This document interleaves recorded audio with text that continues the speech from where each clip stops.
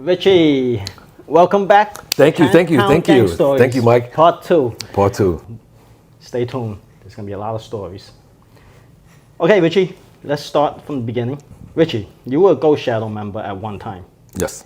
And you've been through the initiation process that a lot of the Ghost Shadows and the Chinatown Gangster in those days had. It was sort of like a ritual where you recite, certain words. But if you had a good memory and you understand Cantonese well, do you remember any of those words that were said? Yeah, of course. Like when I bump into other dudes that be like, "Yeah, I was GS too." I'd be, "Oh, you was GS?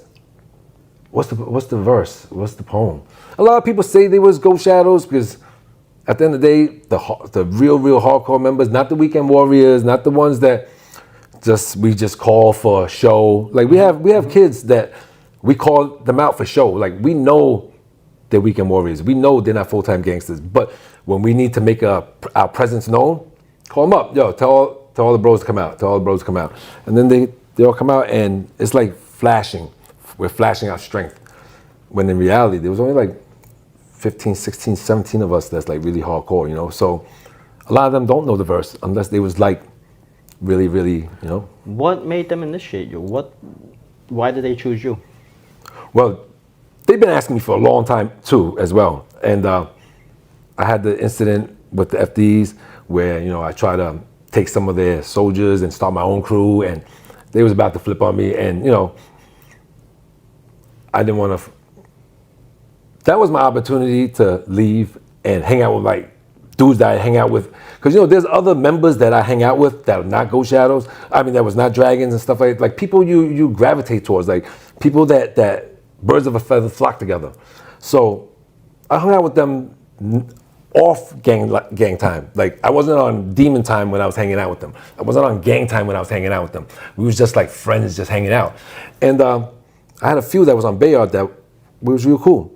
And they always say, "Yo, whenever you're ready," because I left from TO and I left from Dragons. I left from this, like a lot of Bayard boys, we came from other crews. So yeah.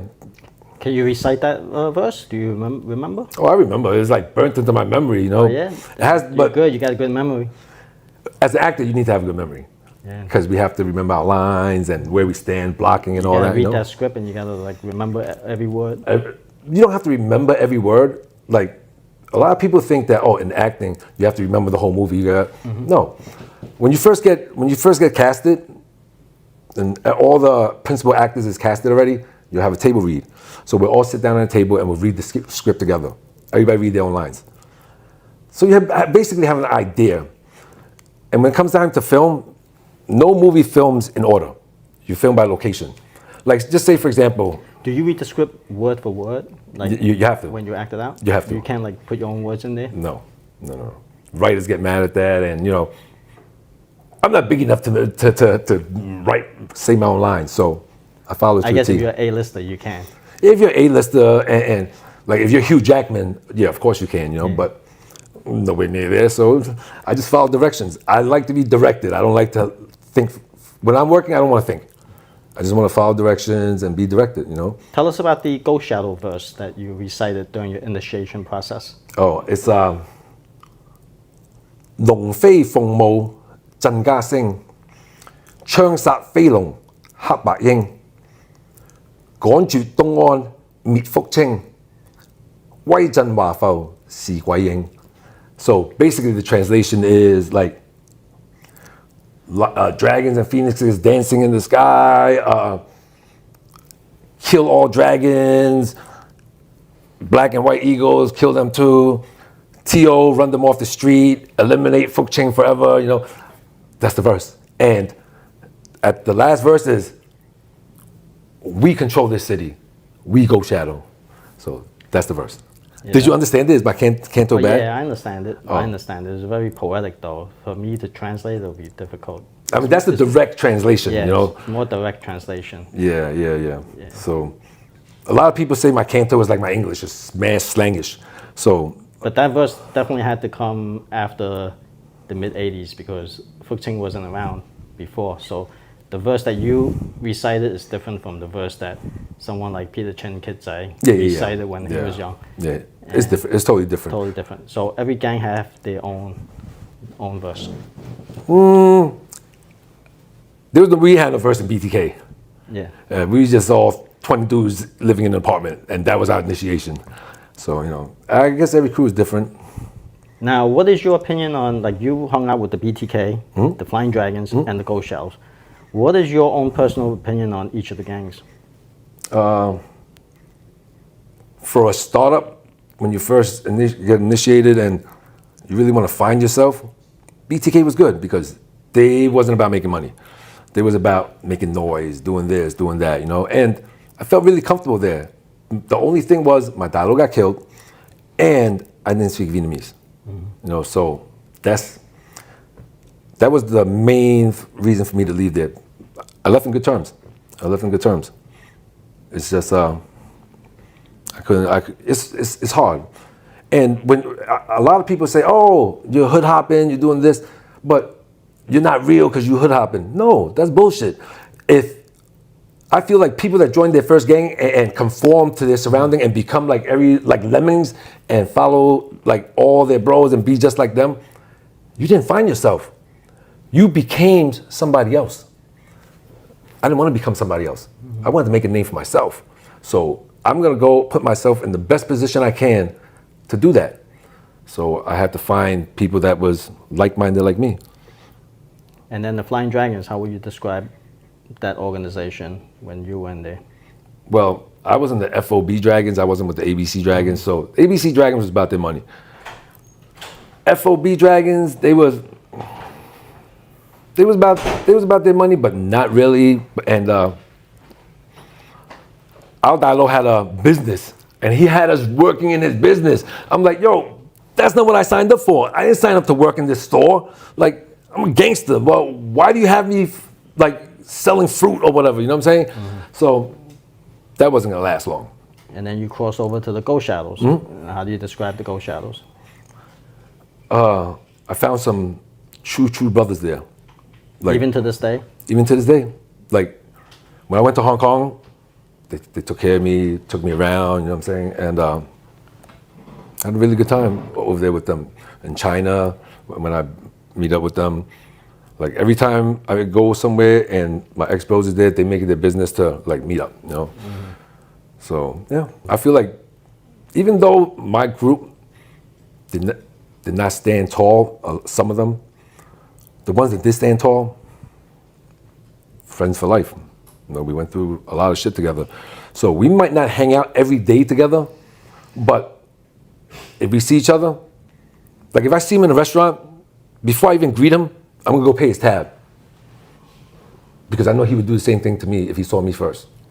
So that's the type of friends that I still keep in touch with. And they all like businessmen, they don't do no crime. They changed. You served time with many of them? No. I served time in the state because when I called my case, I was 16 years old. And a few years later, that's when the RICO came down. And by then I was off the street for like a year and a half already. So I didn't get hit with the RICO because everything that I did before I was considered an adult. So I was 15, 14, 13. That's when I was banging at my hardest. So no, I didn't get caught up in the RICO thing. And some of your friends from the Ghost Shadows got caught up. All of them got caught. And then they started serving Fed time. Some went to witness protection program, so, How do you feel about rats? How I feel about rats? As a law-abiding citizen now, I know they're part of the system. You need them. Because, some people don't belong on the street. When you say rat, because a lot of people say, oh, if you call the cops, you're a rat. If my mom calls the cops, she's not a rat. If my dad or my brother call the cops, they're not rats. This is what normal people are supposed to do. That's what law enforcement is there for. That's correct, but someone in your gang... They're a rat. They're a rat. If you're committing crime and you're doing bad and your job is to avoid the police, why would you call them? Why would you call them? Like, it's like mixing oil and water. It just doesn't, it's not supposed to be, But now that you're no longer about that life, and if someone that you know from before who's a rat, would you still be friends with someone like that? I would greet him. If he greets me first, I'll give him a nod. But as far as, yo, what you doing? Yo, you want to go hang out? Yo, let me buy you dinner. Let's go get drinks. No, fuck no, hell no. Even though I'm not in that life, the quality of character that you are, you're not worthy for me to waste my energy to befriend you again. You know? It shows that that person is the weak link. He's the weak thing. He's going to fold. He's going to break. You know, heaven forbid, we're not even committing crimes, but heaven forbid something happens and it doesn't have to be crime. It could just be, you know, regular everyday life where you're put in a position. Yeah. And then you're the weak link.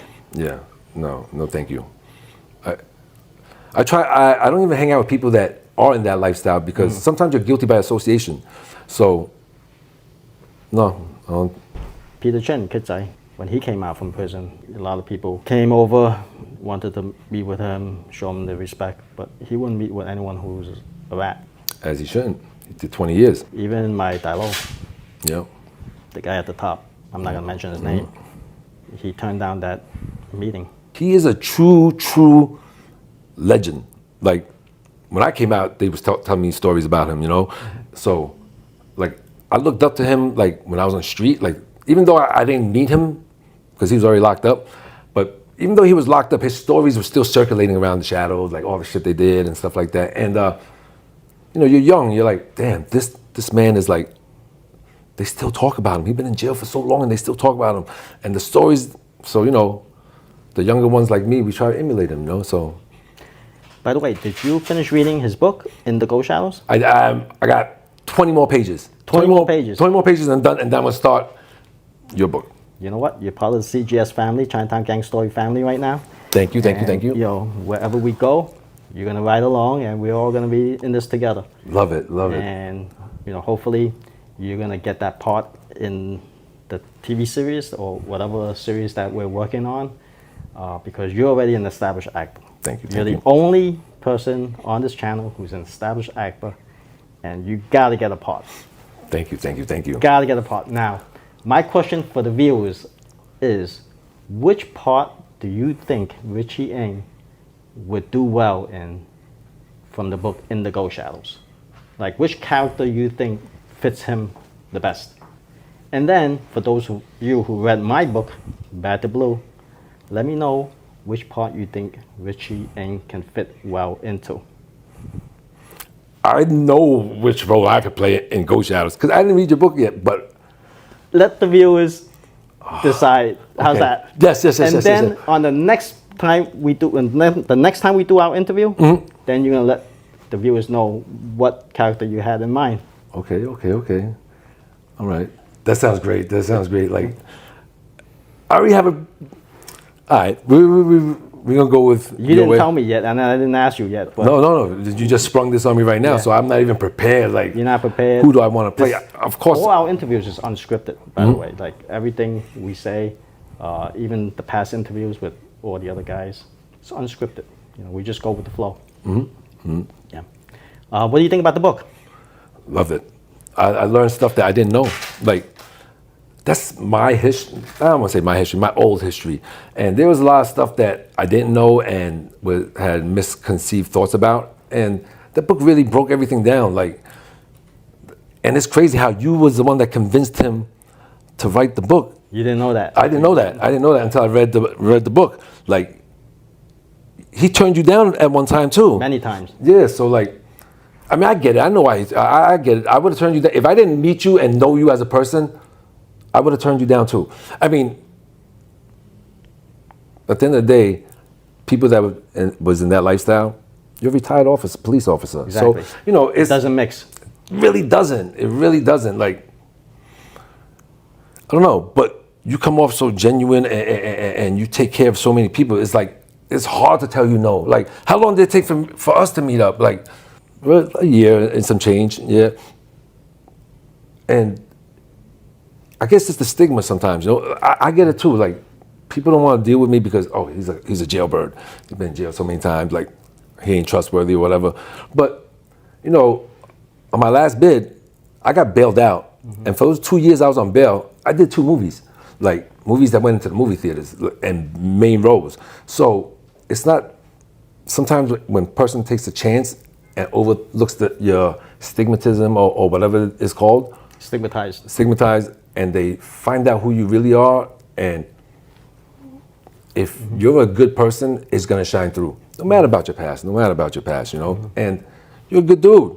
So when I first met you, I had my trepidations, but after like 5 minutes talking to you, I was like, damn, I should have did this way earlier, you know what I'm saying? Because the energy you radiate, it's genuine. I don't see, like I'm good at reading people. In prison, you have to know how to read people because everybody has an ulterior motive. Even myself in there, I had ulterior motives. So I don't blame anybody for having ulterior motives. So I've learned at a young age to look for that. I don't try to look for the good qualities in people. I want to know if we interact, what is your motive? Like, what do I have that makes you want to befriend me? You know what I'm saying? So I always look for that. And when I met you, I was looking for that and I couldn't find it. I was like, am I losing my touch? What's up? You know, but genuine dude, bro. Thanks. Genuine dude. Like everything you told me, like our phone conversation, our texts, everything you said comes to fruition, and it's like, it happens. And sometimes even when there's stuff that you don't want to say, not that you don't want to say, but how can I put this? Sometimes a pill needs to be sugar coated. Like you know how to like do that without, you know, like lying, you know what I'm saying? So I respect you. I respect your person and your style and everything, you know? I'm the type of person who just tell like it is, and, you know, I basically shoot from the hip. That's why a lot of people probably can't accept certain things I say because I come across as too blunt maybe sometimes. Yeah, you do. Like all our conversations, not everything is peaches and roses. There's mad times he checked me about shit like, no, we're not doing this, bro. So, you know, it's not, he ain't no pushover. That's all I'm saying. Like, I wish I could walk all over him, but he's not, you know, so sometimes we just know, you know?